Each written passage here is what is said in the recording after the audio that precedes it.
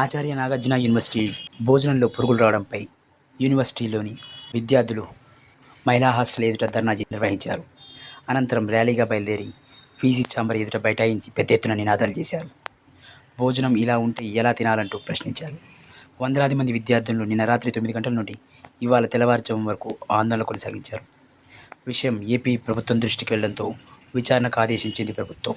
అలాగే విచారణ నివేదికను వెంటనే ఇవ్వాలని స్పష్టమైన ఆదేశాలు జారీ చేయడంతో పాటు బాధ్యుడైన హాస్టల్ వార్డెన్ను సస్పెండ్ చేస్తూ ప్రభుత్వం ఉత్తర్వులు జారీ చేసింది.